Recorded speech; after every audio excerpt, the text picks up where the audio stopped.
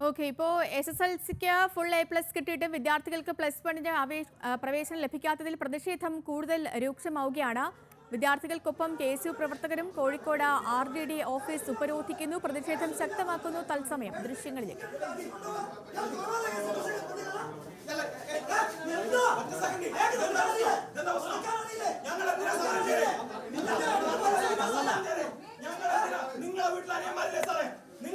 മക്കളില്ല സാറേ, +1 സീറ്റ് വേണ്ടേ? ഫുൾ A+ കിട്ടിയ അങ്ങനെ ഇറങ്ങാൻ പറ്റില്ല. ഈ കുട്ടികൾ എന്ത് തീരുമാനം ഉണ്ടാക്കുക? അങ്ങനെ ഇറങ്ങാൻ പറ്റൂല. ഈ പ്രതിഷേധം കൂടുതൽ ശക്തമാവുകയാണല്ലോ. മാത്രമല്ല, പ്രവർത്തകരെ അറസ്റ്റ് ചെയ്ത് നീക്കുകയാണെന്ന് തോന്നുന്നു അല്ലേ?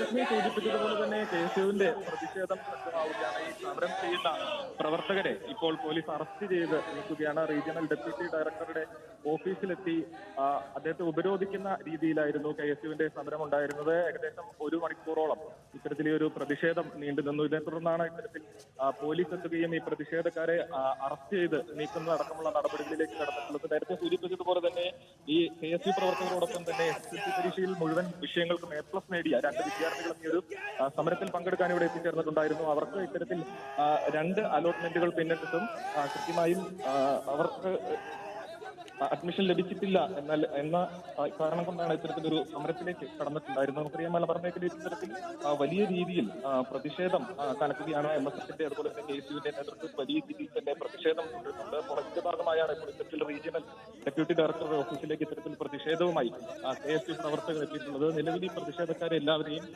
അറസ്റ്റ് ചെയ്ത് നീക്കിയിരിക്കുകയാണ്. KSU ജില്ലാ സെക്രട്ടറി VC സൂരജ് അടക്കമുള്ള പ്രവർത്തകരാണ് ഇവിടെ എത്തിച്ചേർന്നിട്ടുണ്ടായിരുന്നത്. 15-ലധികം വരുന്ന പ്രവർത്തകരും അതുപോലെ നേരത്തെ സൂചിപ്പിച്ചതുപോലെ തന്നെ 2 വിദ്യാർത്ഥികളും ഉണ്ടായിരുന്നു. ഇവരെ ഈ പ്രതിഷേധക്കാരെ മുഴുവനായും ഇപ്പോൾ അറസ്റ്റ് ചെയ്ത് നീക്കിയിരിക്കുന്ന കാഴ്ചയാണ് കാണാൻ സാധിക്കുന്നത്. വരും ദിവസങ്ങളിലും ഈ സമരം തുടരുമെന്ന് തന്നെയാണ് ഈ വിദ്യാർത്ഥി നേതാക്കൾ അറിയിച്ചിട്ടുള്ളത്. കാരണം ഈ വിദ്യാർത്ഥികൾ ഇത്തരത്തിൽ ഇന്നിവിടെ എത്തിച്ചേർന്ന 2 വിദ്യാർത്ഥികൾ മാത്രമേ ഉള്ളൂ. എന്നാൽ ഇത്തരത്തിൽ വലിയ വിജയം നേടിയിട്ടും കൃത്യമായ അഡ്മിഷൻ ലഭിക്കാൻ സാധിക്കാത്ത നിരവധി വിദ്യാർത്ഥികൾ ജില്ലയിലുടനീളമുണ്ട്. അപ്പോൾ അവർക്ക് വേണ്ടിയും അതുപോലെ തന്നെ ഈ മലബാർ മേഖലയിൽ നിരവധിയായ വിദ്യാർത്ഥികൾക്ക് സമാന രീതിയിൽ കൃത്യമായ അഡ്മിഷൻ ലഭിക്കാത്ത, അവർക്ക് പ്രതീക്ഷിക്കുന്ന സ്കൂളുകളിലോ അല്ലെങ്കിൽ പ്രതീക്ഷിക്കുന്ന സബ്ജക്റ്റിനോ അഡ്മിഷൻ ലഭിക്കാത്ത ഒരു സാഹചര്യമാണ് നിലവിലുള്ളത്. അപ്പോൾ കൂടുതൽ +1 ബാച്ചുകൾ അനുവദിക്കുക എന്നടക്കമുള്ള ശാശ്വത പരിഹാരം കണ്ടെത്തുന്നത് വരെ ഈ ഒരു സമരവുമായി മുൻപോട്ട് പോകാൻ തന്നെയാണ് വിവിധ വിദ്യാർത്ഥി സംഘടനകളുടെ നേതൃത്വത്തിലുള്ള തീരുമാനം. അതിന്റെ ഭാഗമായി തന്നെയാണ് KSU സമരവുമായി മുൻപോട്ട് വന്നത്. വരും ദിവസങ്ങളിലും സമാന രീതിയിലുള്ള പ്രതിഷേധങ്ങൾ തുടരുമെന്ന് തന്നെയാണ് നിലവിൽ അറിയിച്ചിട്ടുള്ളത്. ഓക്കെ ബെൻസൺ, ഈ മലബാറിലെ സീറ്റ് ക്ഷാമം അത് അതീവ രൂക്ഷമായി നിലനിൽക്കുകയാണ്. വിദ്യാർത്ഥികൾക്ക് സീറ്റ് കിട്ടാത്ത സാഹചര്യം നിലനിൽക്കുകയാണ്.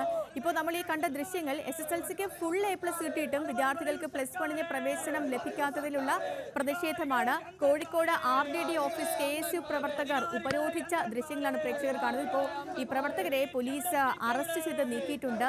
പ്രതിഷേധത്തിന് ചെറിയ രീതിയിലെങ്കിലും ഒരു അയവ് വരുന്നു എന്ന് മനസ്സിലാക്കാൻ കഴിയുന്നു.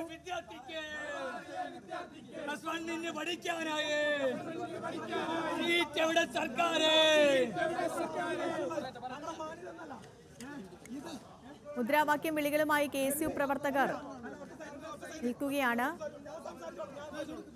സീറ്റ് പ്രതിസന്ധിക്ക് ശാശ്വതമായ പരിഹാരം ഉണ്ടാക്കുന്നത് വരെ സമരവുമായി മുന്നോട്ട് പോകാൻ തന്നെയാണ് KSU തീരുമാനം. വരും ദിവസങ്ങളിൽ എനിക്ക് തോന്നുന്നു കൂടുതൽ വിദ്യാർത്ഥി സംഘടനകളൊക്കെ ഇതിൽ പ്രതിഷേധവുമായി രംഗത്തെത്തിയേക്കും. MSF ഇതിനകം തന്നെ പ്രതിഷേധം അറിയിച്ചതാണ്. അവരുടെ വലിയ മാർച്ചും ഉപരോധവും ഒക്കെ നമ്മൾ കണ്ടതാണ്. ഇപ്പോൾ KSUവിന്റെ ഉപരോധമാണ് നമ്മൾ കാണുന്നത്.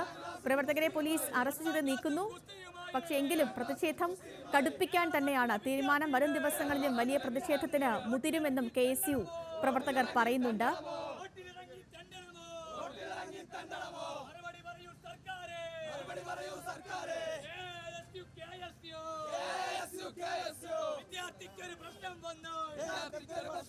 പ്രതിസന്ധി അത് ഈ മലബാർ കാലാകാലങ്ങളായി അനുഭവിക്കുന്നതാണ്. അവർ ഉന്നയിച്ചുകൊണ്ടിരിക്കുന്ന ഒരു കാര്യമാണ്. ഇതിനൊരു ശാശ്വതമായ ഒരു പരിഹാരം, കൂടുതൽ +1 ബാച്ചുകൾ അനുവദിക്കുന്നതടക്കം ഇതിനൊരു ശാശ്വത പരിഹാരം വേണ്ടേ? എന്തുകൊണ്ടാണ് അധികൃതർ, ഈ വിദ്യാഭ്യാസ വകുപ്പ് ഇതിലൊരു മെല്ലപ്പോക്ക് സമീപനം സ്വീകരിക്കുന്നത്? ഇത് പെട്ടെന്നുണ്ടായ ഒരു സംഭവമല്ല. നമുക്ക് തന്നെ അറിയാം എത്ര കാലങ്ങളായി ഇങ്ങനെ ഒരു ആവശ്യം ഉന്നയിക്കപ്പെടുന്നതാണ് ഈ മേഖലയിൽ നിന്ന്.